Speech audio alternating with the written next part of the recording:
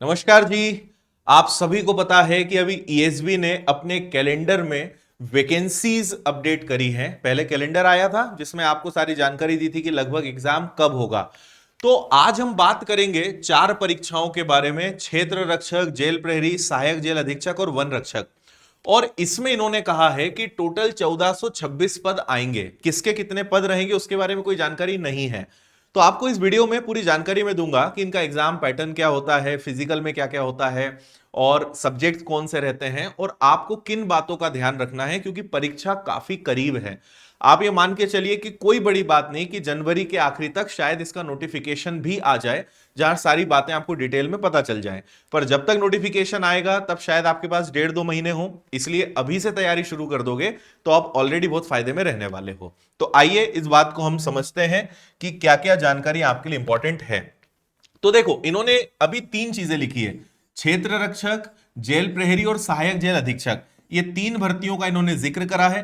Total 1426 पद हैं। मार्च 2026 में परीक्षा है और अप्रैल में प्रथम चरण का रिजल्ट आ जाएगा, ऐसा इन्होंने कहा है। और इस पर मैंने पहले भी वीडियो बनाए। अब आप मेरे बाजू में यहां पे देखेंगे 2023 में यही अगर एग्जाम की बात करें तो टोटल 2145 वैकेंसी निकली थी। इसमें क्षेत्र रक्षक के 140 पद थे, जेल प्रहरी के 200 पद थे, सहायक जेल अधीक्षक के 33 पद थे और वन रक्षक के 1772 पद थे।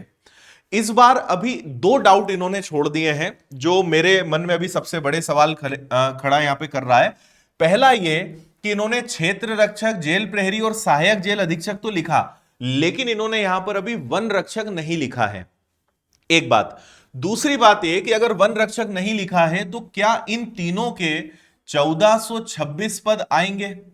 ठीक है, क्योंकि ये ऐसी भर्तियां हैं जिनमें ज्यादा पद नहीं निकलते हैं और सबसे ज्यादा पद वन रक्षक के ही होते हैं। तो अब यहां पे दो संभावनाएं हैं और जब तक इसका ऑफिशियल नोटिफिकेशन नहीं आएगा तब तक कोई भी बात की क्लैरिटी अभी कंफर्म नहीं कही जा सकती है। दो संभावनाएं हैं। पहली ये कि इसमें ये वन रक्षक लिखना भूल गए और बाद में जब नोटिफिकेशन आए तब शायद हो सकता है कि वन रक्षक लिखकर और टोटल 1426 वैकेंसी हो। एक बात, अगर ऐसा होता है तो ठीक है, लेकिन बहुत अच्छी बात यह हो सकती है कि शायद इन्हें वन रक्षक बाद में याद आए तो वन रक्षक लिखकर और वैकेंसीज की संख्या बढ़ाकर ये टोटल और संख्या बढ़ा दें। एक बात की संभावना यह भी हो सकती है। दूसरी यह है कि हो सकता है कि वन रक्षक ना आए और ये तीन भर्तियों के ही कुल मिला के 1426 पद हों। तो अभी कंफर्मेशन नहीं हो सकता है। पर मेरा सवाल इसलिए उठ रहा है कि 1426 इन तीनों के इसलिए नहीं हो सकते, भाई जेल अधीक्षक के कितने पद आएंगे? 40, 50, 60, 70, 80, इससे ज्यादा पद आने की संभावना है नहीं। और अगर मैं यहां 1400 में से चलो 100 पद भी हटा दूं तो क्या 600, 700 पद इनके आ सकते हैं जब पिछली बार इतनी वैकेंसी आई है? तो यह भी एक सवाल मन में आ रहा है। बट लेट्स सी क्या ऑफिशियल होता है। और अगर ऐसा है कि इनकी संख्या अच्छी बढ़ के आ जाए तो बहुत अच्छी बात है, बहुत सारे विद्यार्थियों को काफी सारी जॉब्स इसमें मिल जाएगी। ठीक है, अब आगे बढ़ते हैं। देखो, सबसे पहले आप समझो कि क्षेत्र रक्षक और जेल प्रहरी का पैटर्न क्या है। तो आयु मांगी जाती है 18 से 33 और इसमें 5-5 साल का एज रिलैक्सेशन भी मिलता है। अगर हम फीमेल यूआर की बात करें और एसटी, एससी, ओबीसी के सभी विद्यार्थियों की। क्वालिफिकेशन सिर्फ 10वीं पास है और सैलरी लगभग 27,000 के आसपास इसकी पर मंथ बनती है। वहीं अगर जेल अधीक्षक की बात करें तो एज तो सेम है, क्वालिफिकेशन में ग्रेजुएशन है और सैलरी लगभग 55,000 के आसपास इसकी बनती है। ठीक है, आगे अगर बढ़े तो क्षेत्र रक्षक, जेल प्रहरी और सहायक जेल अधीक्षक तीनों का जो एग्जाम पैटर्न है उसमें पहले आपका कंप्यूटर बेस्ड टेस्ट होगा, इसके बाद आपका फिजिकल होगा और डॉक्यूमेंट और मेडिकल होगा। अब ये सबके अलग अलग हैं, है ना। और इसका कंप्लीट कोर्स हमने विनर्स के एप्लीकेशन पे लॉन्च भी कर दिया है। आप इसको ज्वाइन कर सकते हो मात्र 699 में। कंप्लीट सब्जेक्ट सिलेबस, शानदार तैयारी घर बैठे आप कर सकते हो। अब एग्जाम पैटर्न पे आते हैं तो समझना, एग्जाम पैटर्न में सब्जेक्ट सेम है। General knowledge, general Hindi, English, maths और साइंस, इन सब के मिला के टोटल 100 क्वेश्चंस आएंगे। 100 नंबर का पेपर रहेगा और 120 मिनट का यानी 2 घंटे का समय रहेगा, है ना। क्षेत्र रक्षक और जेल प्रहरी का जो एग्जाम का लेवल है वो 10th लेवल होता है, यानी पेपर बहुत आसान और नॉर्मल क्वेश्चंस आते हैं। लेकिन जेल अधीक्षक क्योंकि ग्रेजुएट लेवल का एग्जाम है तो इसका लेवल अच्छा आता है भाई, है ना। लेकिन ये बहुत नॉर्मल यहां पे आते हैं। इसके बाद अगर बात करते हैं तो अब देखो इनके फिजिकल। तो अगर केवल क्षेत्र रक्षक की बात करें हम, तो इसमें क्या होगा, पुरुषों के लिए 163 हाइट चाहिए, महिलाओं के लिए 150, और पुरुषों के लिए सीना 79 और फुलाकर जो है 5 सेंटीमीटर और ज्यादा। ठीक है, अनुसूचित जाति जनजाति के विद्यार्थियों के लिए 152 सेंटीमीटर और महिलाओं के लिए 145 सेंटीमीटर भी अगर हाइट है तो चलेगा। फिर इनको पैदल चलना पड़ता है 4 घंटे में 25 किलोमीटर और 4 घंटे में महिलाओं को 14 किलोमीटर। ये केवल क्षेत्र रक्षक की बात मैं कर रहा हूं। अब अगर मैं जेल प्रहरी की बात करूं तो उनके लिए हाइट पुरुषों में 165 है, महिलाओं के लिए 158 है और सीना बिना फुलाए 83 यहां पे आ जाता है। और जेल प्रहरी में दो चीजें होती हैं, 800 मीटर की दौड़ और एक गोला फेंक। 2 मिनट 50 सेकंड में 800 मीटर की दौड़ कंप्लीट करनी है, महिलाओं को 4 मिनट में करनी है, भूतपूर्व सैनिकों के लिए 3:15 है। गोला फेंक में 20 फीट का गोला, 20 फीट तक गोला फेंकना है, 7.260 का रहेगा। महिलाओं के लिए 16 फीट का गोला रहेगा 16 फीट तक फेंकना है, 4 किलो का गोला रहेगा। और एक सर्विसमैन के लिए 15 फीट का रहेगा। अब अगर सहायक जेल अधीक्षक की बात करें तो पुरुषों के लिए 168 हाइट चाहिए, महिलाओं के लिए 155, सीना 84 और 89 इसमें चाहिए। और आंखें और बाकी जो सारी चीजें होती है ना कि नॉक नी फ्लैट फुट, ये सब समस्याएं नहीं होना चाहिए इसमें। ठीक है, फिर इसके बाद सहायक जेल अधीक्षक में एक 800 मीटर की दौड़ होगी, लंबी कूद होगी और गोला फेंक होगा। सब कुछ यहां डिटेल में लिखा हुआ है, पुरुषों के लिए कितना, महिलाओं के लिए कितना, भूतपूर्व सैनिकों के लिए कितना, तो आप इसको पढ़ सकते हो। अब बात करते हैं हम, ये तो बेसिक जानकारी होगी जो आपको समझ में आ गई होगी। अब हम बात करेंगे कि आपको अब 3 महीने जो आपके पास है उसमें किस तरीके से पढ़ना है ना। तो मैं हमेशा आपको भाई एक चीज कहता हूं, वो यूं रहती है कि आपको देखो, अभी तो अब सिलेबस आपका कितना कंप्लीट हुआ है उस बात पे सबसे ज्यादा आपका सिलेक्शन तय होता है। तो अपने सिलेबस को फोकस करिए। इसीलिए मैंने कहा कि आप अगर अच्छी तैयारी करना चाहते हो तो विनर्स का कोर्स ले लो, बहुत अच्छे से सारे सब्जेक्ट्स, उनके अंदर proper videos, classes, notes, lectures, सब कुछ बहुत व्यवस्थित है।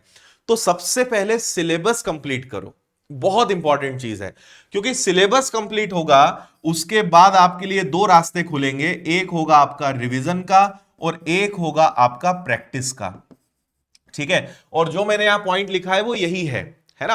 अब आप अगर यहां पे देखोगे तो सब्जेक्ट्स कम नहीं है, सब्जेक्ट्स काफी सारे हैं भाई।